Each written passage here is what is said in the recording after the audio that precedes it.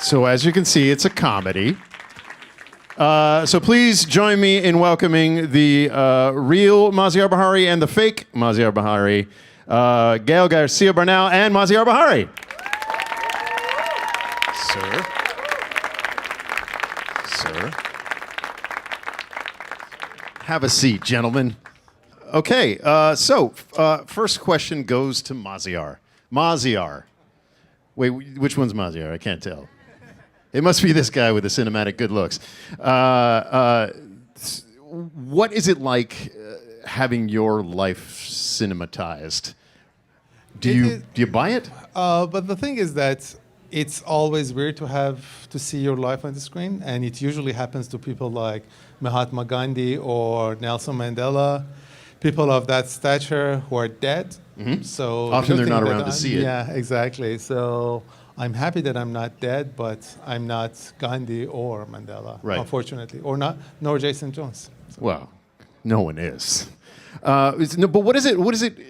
Do you feel it's cathartic watching this, or is it absolutely traumatizing watching this? It is, of course, cathartic because I think it's the continuation of the process that started in prison when in my solitary confinement in the interrogation room, I always promised myself that whenever I come out, I'm going to talk about this, not only what happened to me, but what happens to journalists and activists all around the world, including Iran. And even during the worst times of interrogation, I was trying to write the book in my head. And as you remember, as soon as I came out, I wrote a very long Newsweek article. I was just taking mental notes in prison. And then as soon as I came out, I just transcribed it. And people ask me whether it's opening old wounds. Is it opening old wounds? It's not. It's actually healing old wounds. Really? Yeah. This is healing it. I think it's very soothing because I have friends who've gone through similar experience, and they're still very traumatized by the experience because they have kept it to themselves and they do not talk about it. They do not share that experience with others. Right. And has your family seen the movie?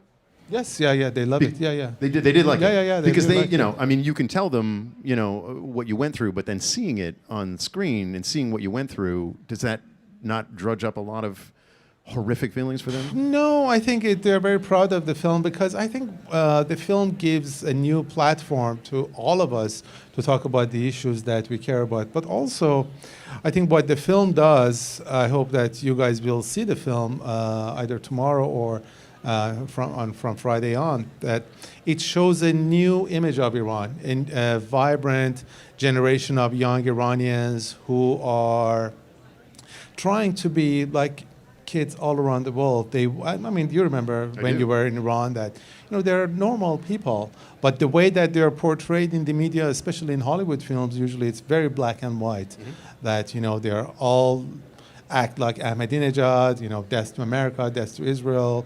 They're very angry, but in the first half of the film, you see a totally different, nuanced image of Iran. Yeah, I mean, even Argo, they were the bad guys. The Iranian bad guys. Yes, they were, and Argo was not one of the worst, personification of Iranians.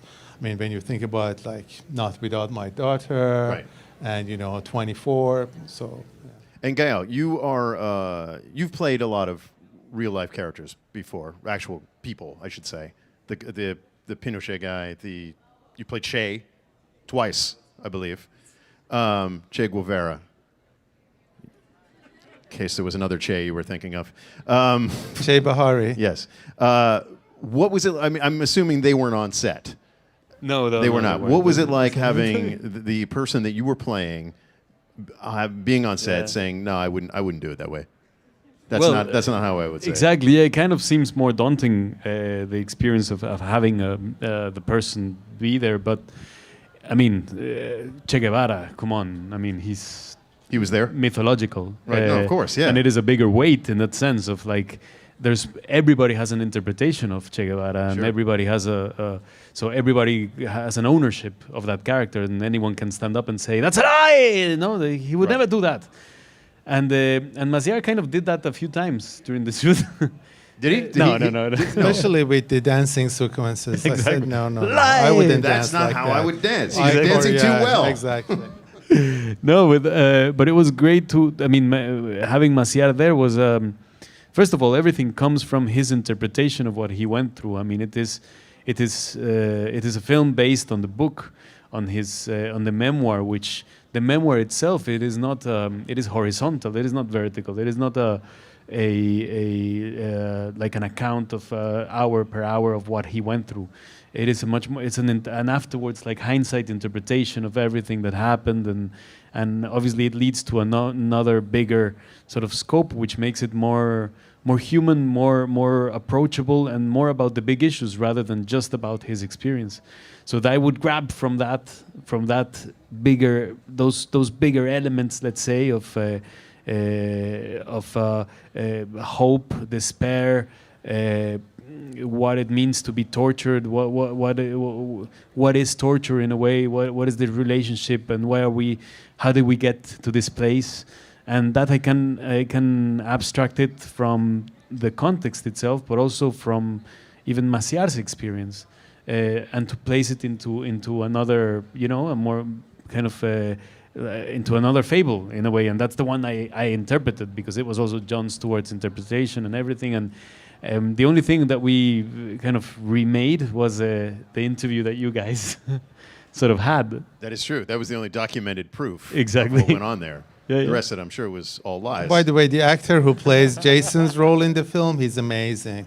I think he should win an Oscar in the film. His name is Rob Riggle. He's terrific. But you brought up this Jon Stewart guy, who I'd love to meet one day. He's first-time director. What was that like? Because normally first-time directors are terrible. Yeah, no. In the case of John, he's he's very used of working with a big group of people.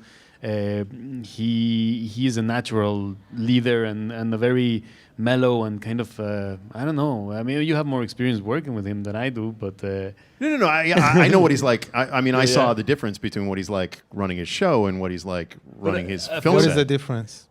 He knows what he's doing on one. This that's is the on thing. tape, right? But that's the thing with film. Yeah, I mean, you film things and then you see how they're gonna come out. You're not looking for. You're feeling it. It's working. Let's try something else. Let's try something else. Let's do this. Let's do that. And then afterwards, you'll see how it comes together. So I think, I mean, that's one of the amongst the many things that he was sort of introduced to. The first thing that he kind of got from an instant, it was like, okay, I can try out many things, I can change things, and later let's see how it looks. Maybe it's not going to be part of the movie, and that gives a director a strong sense of loneliness, Yes. of not being able to control everything. But also in John's nature, there is something about this collaborative effort that he always puts out there, and then he involves people to go through this kind of the story that he wanted to tell. So he was very good at putting us there and taking us into that journey. And also whenever he knew his limitations in terms of, or whenever he had a doubt of any kind, he would approach and ask, like, is this okay? Is this kind of working? Or he would see something that seemed strange and he would say, is this normal in a film set and stuff? And he's like, no, actually the building is on fire. Oh, okay, no, yeah, let's put it. I mean, he would be very good at kind of, it's common sense as well. I mean, he's a good director with a lot of common sense. Right. So what I'm hearing, the subtext there is he's a bad director, and you could do whatever you wanted. Good. So we're going to show a little clip, the one that Maziar thinks I'm going to win an Academy Award for. It is the reenactment of Maziar and I's original piece from 2009. That is sometime during the movie when you see this next week or tomorrow or Friday. So there, you don't have to clap. It's appreciated, but not necessary. So that gives you a little insight into how we do our pieces over there. We say, hey, don't laugh, because we would never use that because it's not funny. And Maziar was very helpful to us when we went over there. We had almost no interviews lined up, and we sat down in a cafe with Maziar, and he said, oh, you have to talk to this guy. This guy will talk to you. Oh, no, you'll never get access to this guy. Don't even bother. So for that, I thank you, and for getting you thrown in jail I'm sorry. Well, I think, yeah, I mean, one of the reasons that they became suspicious of this clip of my presence on The Daily Show was that I was making a BBC documentary. You remember I was in the hotel room and we met in the lobby for 5 or 10 minutes. And I was giving Jason and his producer different names, name of politicians, a rapper, different people, you know, this person speaks English, the other one. And unbeknownst to all of us, I was being monitored. So for the intelligence agents who were watching us, they thought that I was passing information, which was really public information. It wasn't like if you come to New York and you say you can interview, I don't know, this politician or that actor, or you can go to that restaurant. You know, it wasn't anything, you know, surreptitious that I was doing. But of course, they put 2 and 2 together and they realized it's 22. So, you know, it was. Yeah. Are you saying they can't do math in Iran? Is that what you're saying? Some of them can, but it's not unique to Iranians, actually. I mean, just imagine how many Americans think that every Muslim, every person who goes to the mosque is a terrorist. I think that's a lot of Americans. Lots of Americans. Sadly. And among those Americans are FBI agents, CIA agents, police officers. So for the Iranians, for the Iranian intelligence agents who spend most of their time in dark interrogation rooms, beating people, insulting them, lying to them, anyone who has any kind of dealing with foreigners is a spy. So I think ignorance and stupidity, unfortunately, it's universal and eternal in a sense. So we filmed this clip, and then Maziar was jailed 118. Did I say that right? 118 days.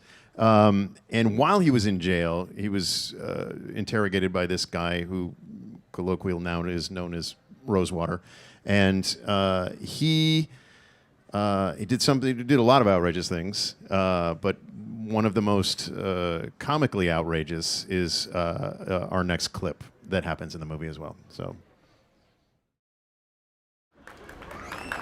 I'll answer that question because it's the perfect cover. Cat's out of the bag, folks. I'm a spy. Tell me about those scenes, because a lot of this movie takes place in that interrogation room. What was that like? How long were you in the rooms, and did it actually feel like torture? Well, yeah. I mean, the thing is that, yeah, being caught in I did a film once where I had to be in, we had to shoot like 3 weeks in a car, 4 weeks in a car, only in the car. Every day was going into the car, you know, and everything was being shot there. And I mean, yes, you come to a point where you go like, you get tired of this space and of all the angles that you can get only, you know, and you get frustrated sometimes because you don't have many elements to play with as well. But definitely, I mean, you immediately think, okay, well, I mean, what we're talking about is a film where Maziar was put into solitary confinement, and this is 0.00001% of that experience of being in the same place every day, sort of facing a wall, having your eyes covered. So even from the frustration, we would grab something there to hold on to and to play as well. I mean, and because you're always doing that as an actor, no? Fictitious elements, you're converting them into sort of real kind of emotions in a way. And so we would grab from that, and it was a pretty hard 2 weeks that we were, no, like 2 or 3 weeks, no, yeah. That it was every day there, and having Kim shout at me, and I went out drinking with him. He shouts a lot. He shouts a lot. I got a little sense of what you experienced. So yeah, he was. Some of that shouting was filmed, but most of it was not filmed. Exactly. Even when it was off, when we were not shooting, he would still be shouting. So it was good to keep on character. He likes shouting. He does like to shout. Yes, about nothing. Yeah. Pass me the pistachios. But I think for the people who were involved in the film and for people who go through that experience, it just give them a different perspective. I mean, I've lived most of my life in the West, and I'm used to many comfort that people living in the West they're used to. So, I mean, sometimes when I'm in the subway and it's crowded and if it's hot, I just say, oh my God, it's torture. But having gone through this experience, I don't say, torture You don't in use those vain words anymore? I said, I don't say that anymore, And it's like, oh, this is like prison. No, this is not like prison, really. You have been in prison. So I think it gave all of us a different perspective as well. I think we're going to open it up to a couple questions from you people now, because you're here. So, anyone has a question for either of these two young gentlemen? Thank you all for being here today. Just it's a two-part question. First, do either of you wish that the interview had never happened? I'm sure you get asked the question all the time, or do you think that maybe it's shined the light of injustice on something that people weren't aware of as much in this country? And secondly, because it was your lives, did Jon Stewart, were you creatively involved in the day-to-day process of making the film, or was he more of an auteur and just consulting you like in a participatory way, or were you all directly involved in the creative process on a day-to-day basis in the making of the film? Thank you. Well, in terms of the interview, I think the interview was quite innocent. I wasn't saying anything that was provocative and... Well, if I can read back an email that you wrote to me. I brought an email chain. Yeah, here. but because when all this stuff started going down, we were very cautious because people were dying in the streets, and there's nothing really funny about that. So when we were airing the pieces, it was an edit. We were heavy on the edits. We cut a lot of what we shot there. We were there for 10 days, and we had a lot of footage, and we aired 4 pieces. So I wrote to Maziar saying, this guy named Abtahi, who was a cleric. A mullah? Was it mullah? Yeah, mullah, cleric. Yeah. I said, do you have any concerns about airing our interview in light of what happened to Mr. Abtahi? I'd hate to get anyone in more trouble for the sake of a few jokes. Maziar wrote back to me saying, I have no problem with showing my interview, especially the part where I call Ahmadinejad a moron. So I think this absolves me of any guilt whatsoever. But the thing is that they had a scenario for me. They wanted to incriminate some people within the Iranian government, like this cleric Abtahi, who are reformists, through people like me who worked with Western organizations. I was supposed to be this media conduit as between these reformists and Western intelligence agencies. I mean, you really cannot be prepared for this kind of stupidity. I mean, none of us knew that this could be used as an evidence, and it's ridiculous that it was used. And for your second question, in the beginning, John didn't want to write or direct the film. He wanted to just produce it. And we looked for different writers, for different directors. We approached different people. He approached some people, I approached some people, but they were either busy doing, I don't know, Fast and Furious 29, is it? Which is supposed to be better than 28. It's actually 56. 56, oh, I'm sorry. I missed 27 of them. So, and then some of them wanted a lot of money.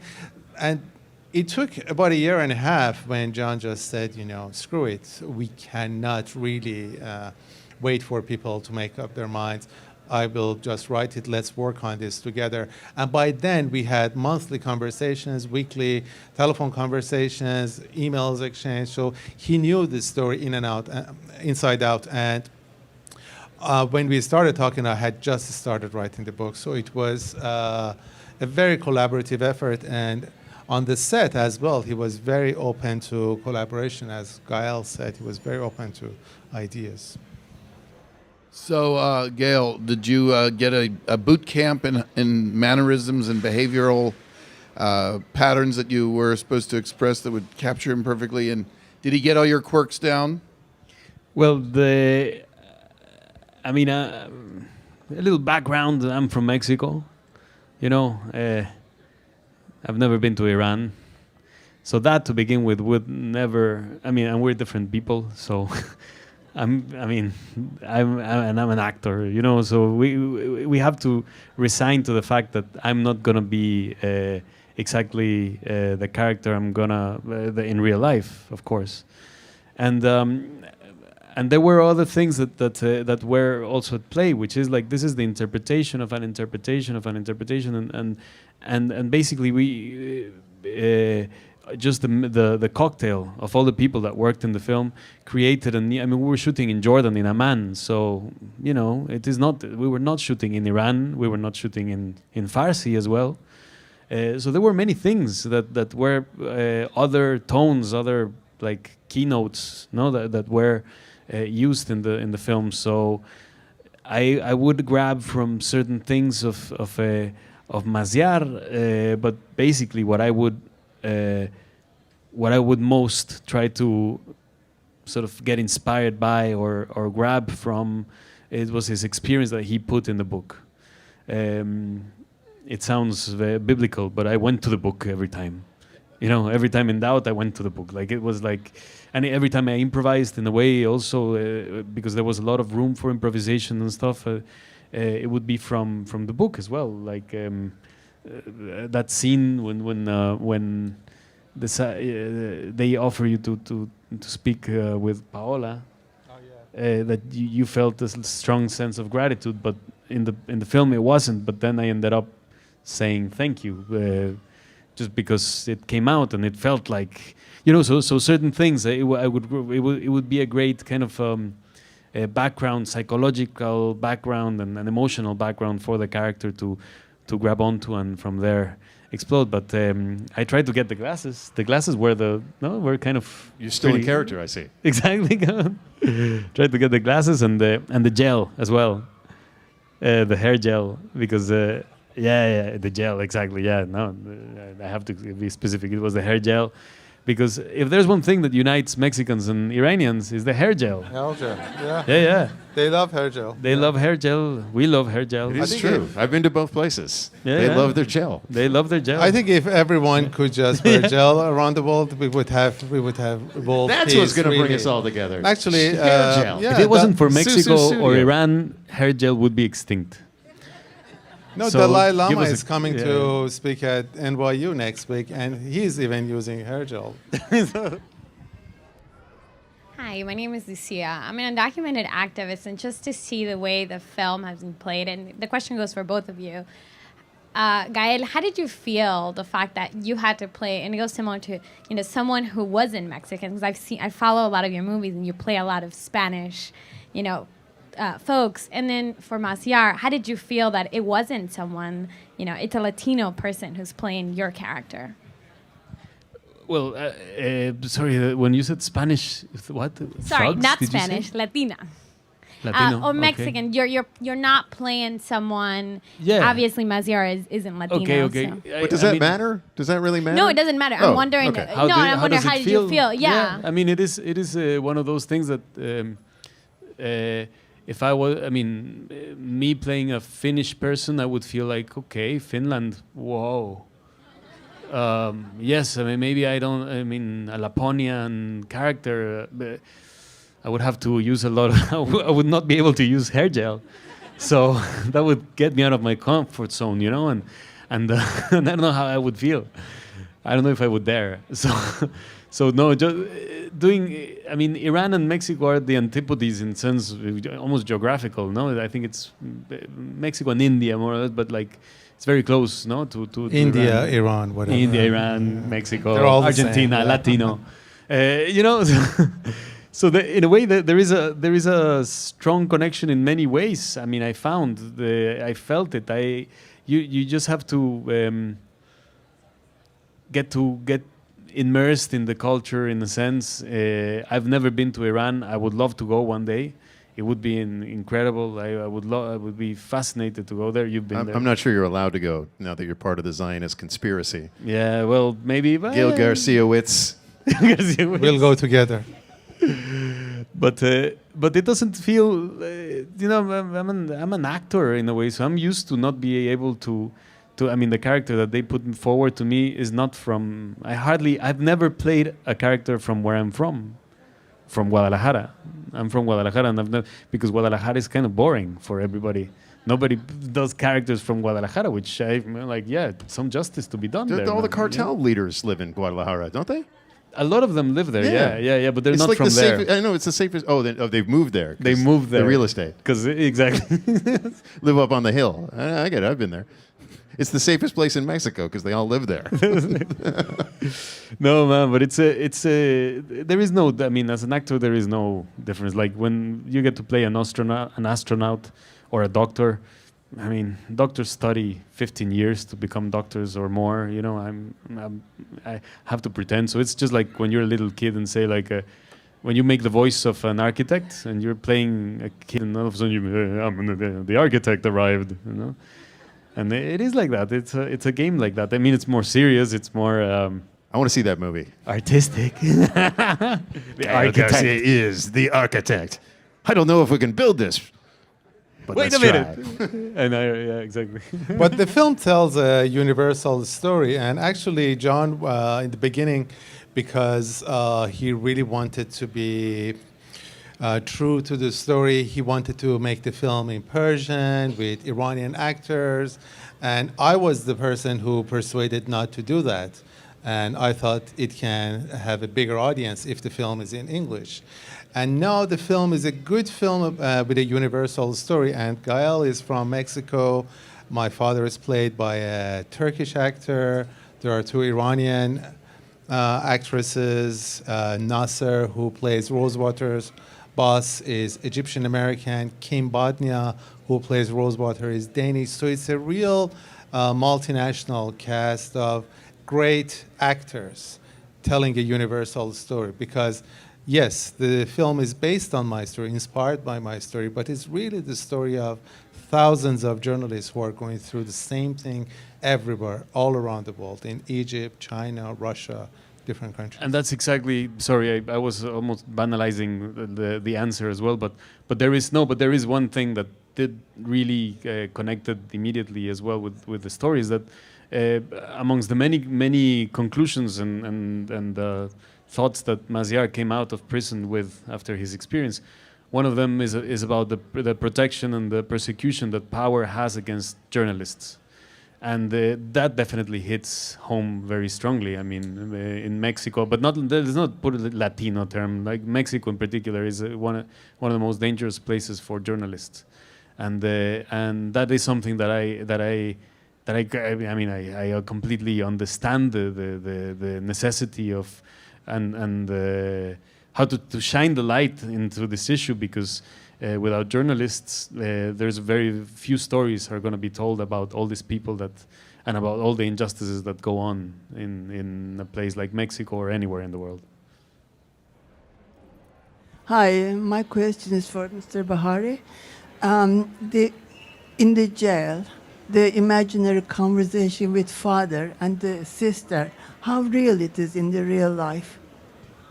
It's exactly like what it is in the film, and in the book I describe it as well, because when you are put in a solitary confinement, they basically deprive you of all your senses. You cannot see anything except for the walls around you. You cannot touch anything except for the walls. All your senses are basically contained, and all your senses are imprisoned as well.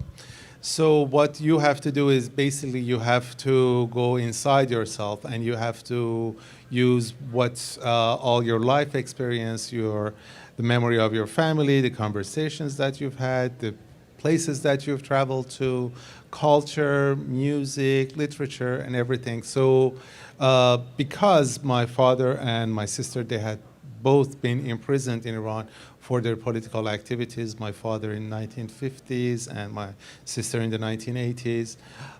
We had many conversations before I was arrested. So those conversations became part of these dialogues that I had with their, let's say, with their image that I had in my head. Some of them were real conversations that we had. Some of them were just conversations that I concocted in my head. Yeah. Did you feel you were going crazy? No, because I was. Or was it a coping mechanism almost? It was a coping mechanism because I was doing it intentionally. It was not as if I was hallucinating. Right.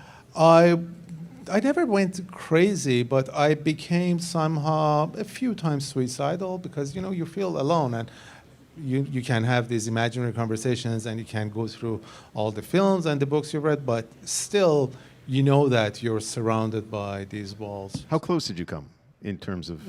It was just maybe Was that a passing thought, or was it? passing thought for a few seconds, really. Yeah, as you see in the film, it wasn't anything that I never tried anything. No, because I knew I had made up my mind that I was coming out and I was going to do these kind of things. I was going to write a book, an article, talk about it.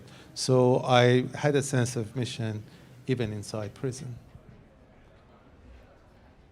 Rather than this being a period at the end of a sentence in a way, I'm just wondering if either of you or any of you have a suggestion of which organization or a couple organizations that you think it would make sense for people who are here to log on to support in order to push this conversation further and to be supportive of our journalists' safety as well as to be supportive of being on the right side of history. If any of you have a favorite. Well, there are many organizations that you can be involved in. Committee to Protect Journalists is one of them, which is based in New York. We have an organization for Iranian journalists called Journalism is Not a Crime.me, M-E. And there is a Reporters Sans Frontières, which is also international. There is Index on Censorship, and there are many, many organizations. And I think, pardon? Article 19, yes, there are, Amnesty International, Human Rights Watch, they all help journalists. But I think it's very important to just appreciate what many journalists are going through these days, that, this is a very difficult time in journalism history when many big organizations, they are cutting their budgets, they cannot send their correspondents to places like Syria or Iraq, which they used to do that prior to the 1990s maybe.